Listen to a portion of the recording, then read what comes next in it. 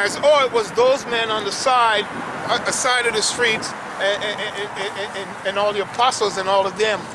It was those men and all the other Israelites, by the way, that the Lord is using, the hopeful elect. Right? When he's about to fill his belly, that's when he's going to acknowledge it. Acknowledge it, because it says, if you go into Habakkuk, that I think it's Habakkuk or Malachi, that it's only by the shedding of blood. Shedding of blood, I'm using the wrong term. Esau has to die in order for him to live. But he's going to die at the hands of the Lord. Right? Because we can't do it. We're not set up to do it. Right? You got it? Bring it out. Oh, he's going to read it? That was it on there? You want me to keep reading? No, go to this one, Exodus. All right. And then we'll go back. This is Exodus chapter 29, verse 45. And I will dwell among the children of the Ashaala, and will be their power. And they shall know that I am Yahweh Bashim Yahushai, their power, that brought them forth out of the land of Egypt, and I may dwell among them. I am Yahweh, their power. Yes. So this is always reminding us, man. For you younger brethren, you got to understand. You got to know your history. You got to know how you've been led. You know what I'm saying? And interestingly enough, last night I came out of my house. I think it was a bit minutes to 8 or something like that. Hey, did you see the chariot? No, southeast, southwest. Did you see that? Southwest. You know, there's one always over his house. I can come out of my house and I look this way and I see that one there. But there was one southwest, like towards this side, right? And I said, wow. So I put the camera up, and it's doing its thing, right? Unbelievable. When you look with your naked eye, common people, regular people will say that's a star. And they can't explain what a star is. Because it's not a star. Right? That's not the term for a star. That's a pillar of fire. That's a pillar of fire by night. It's a tool of judgment. Right? Life and death is around it. That's where Yahweh's power is. He controls that. Back in here? Yeah, go ahead, continue. Back in Daniel chapter 5, verse 16. And I have heard of thee that thou canst make interpretations and dissolve doubts. Now if thou canst read the writing and make known to me interpretation thereof, thou shalt be clothed with scarlet and have a chain of gold about thy neck, and shalt be third ruler in the kingdom. All right. Interesting. If you go into the number 3, right there, right? If you go into the number 3, that's a different thing when you go into the number 3. But he was actually number 1. And Daniel was actually number 1 in this place. Just like we might be at the bottom, we might be number 3. They might call us 3/5 of a human, right? But we're not that. We know that now. But we've always known it, right? But more importantly, that number 3 there was a great sign to show us, in spirit and in truth, who we really are. We're number 1, but we have to embrace humility. Go ahead, continue. Verse 17. Then Daniel answered and said before the king, let thy gifts be to thyself, and give thy reward to another. Hey, stop. Let's talk about this gift. Let's talk about this gift because, hey, that gift is here again. That fake gift is here again. Hey, what do you think the gift is? What do you think the gift? Okay, you know what? Okay, that was about wealth and riches.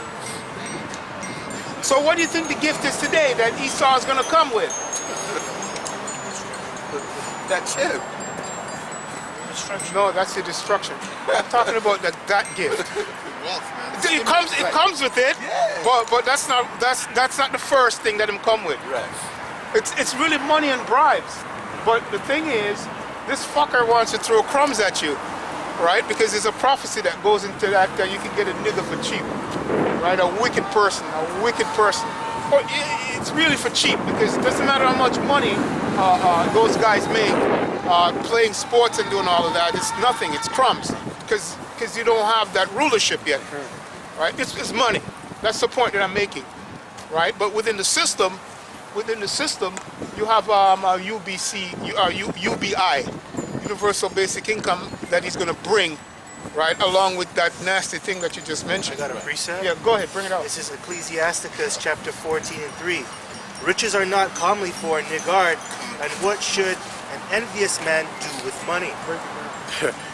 Yeah, and a niggard, when you took out that word, it really just means stingy, right? And that's another word for nigga, right? So a lot of our people, they're sold out for cheap. You can get a nigga for cheap. And you have our people in this day and age, they'll sell their own mother for $1. They'll sell the Lord out for $1. You had even examples of that in the ancient world with Yahushai and Judas, right? And what should an envious man do with money? And he's just going to waste it. He's just going to waste it, and he's going to destroy himself. Yeah, he gives them no stimulus package, and they go back to the same store and blow it. Give it right back. Basically, that's what's going on. Continue.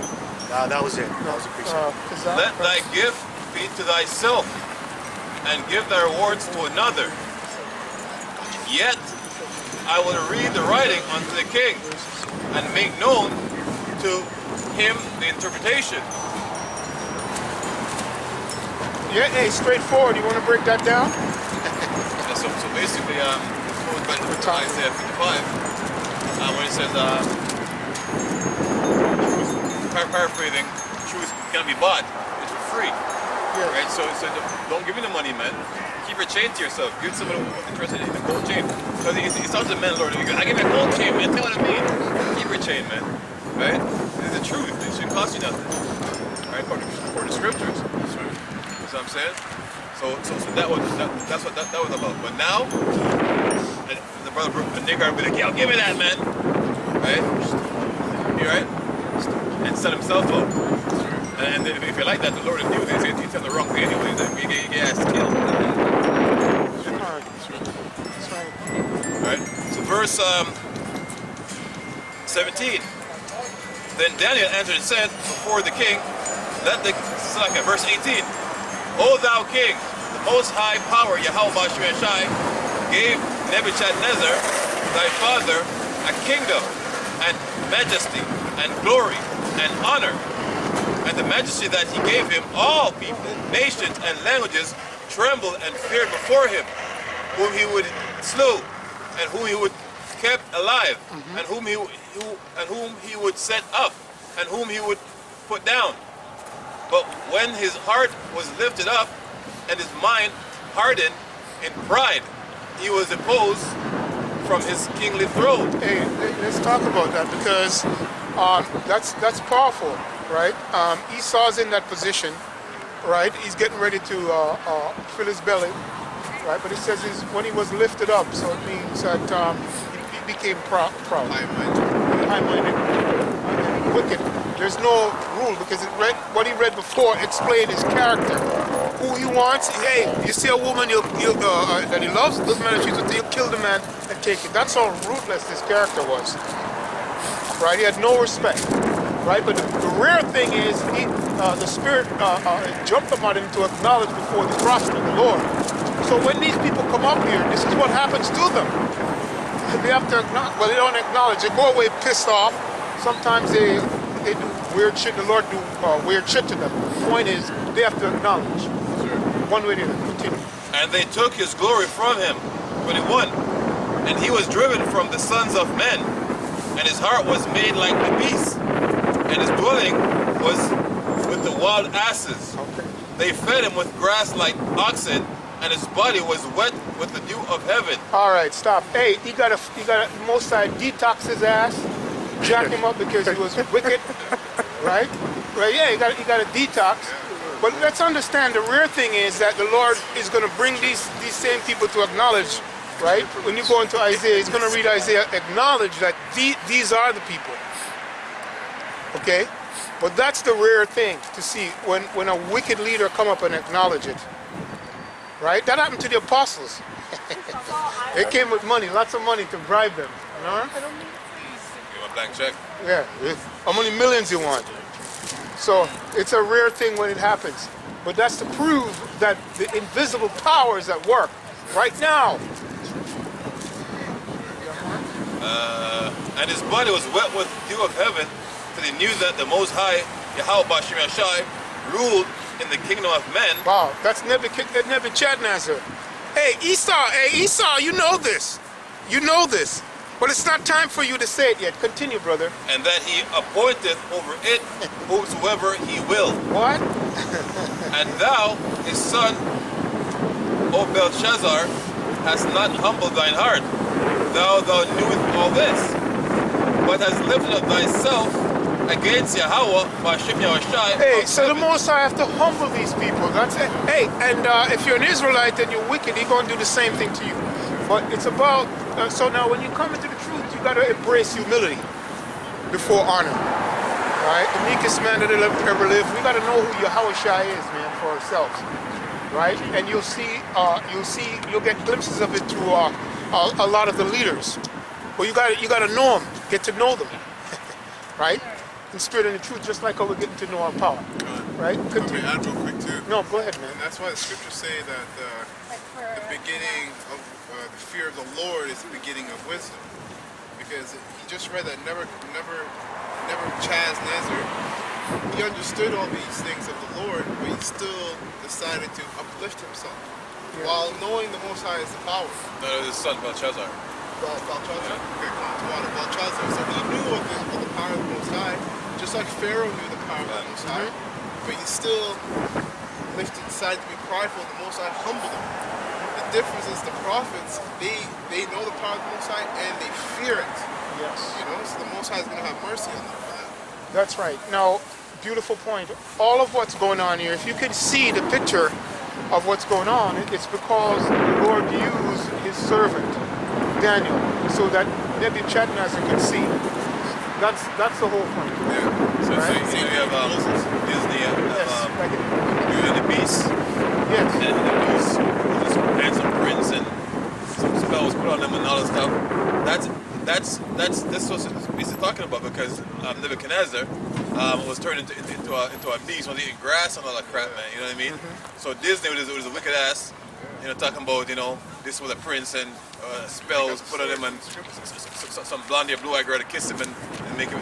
That's some off shit, man. You know what I mean? Yeah, that's true sorcery. That's what you're basically saying.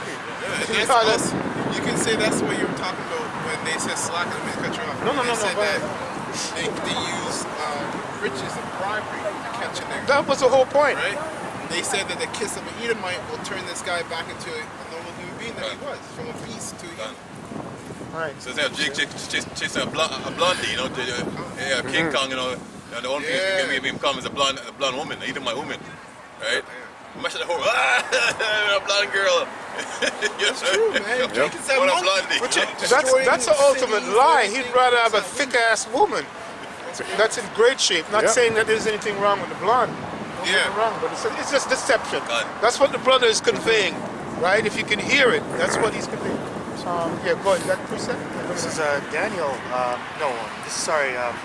This is Bel and the Dragon, chapter 1, verse 17. And the king said, Daniel, are the seals whole? And he said, yeah, O king, they be whole. And as soon as he had opened the door, the king looked upon the table and cried with a loud voice, Great art thou, O Baal, and with thee is no deceit at all. Then laughed Daniel and held the king that he should not go in, and said, Behold, now the pavement, and mark well whose footsteps are these. And the king said, I see the footsteps of men, women, and children. And then the king was angry, and took the priests with their wives and children, who showed him the privy doors where they came in, and consumed such things as were upon the table.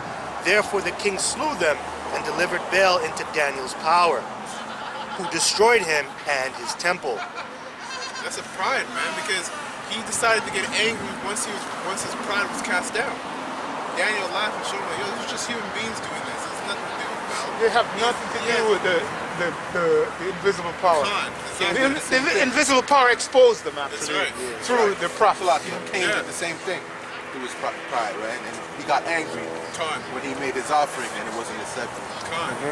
Which goes to that point, you bring up earlier about humility. Right. When your pride is brought down with the Most High, Esau doesn't get humbled. He is humbled, but he isn't humbled, if you know what I mean. He doesn't fear the Most High. He has to go through what Nebuchadnezzar has to go through, but in a greater way. Because you comprise that guy's kingdom too. In wickedness. So you're gonna be humble. Also, I'm sorry, Elder, but it also goes back to your point about how why aren't these sorcerers coming out and giving the answers? Because now they're exposed.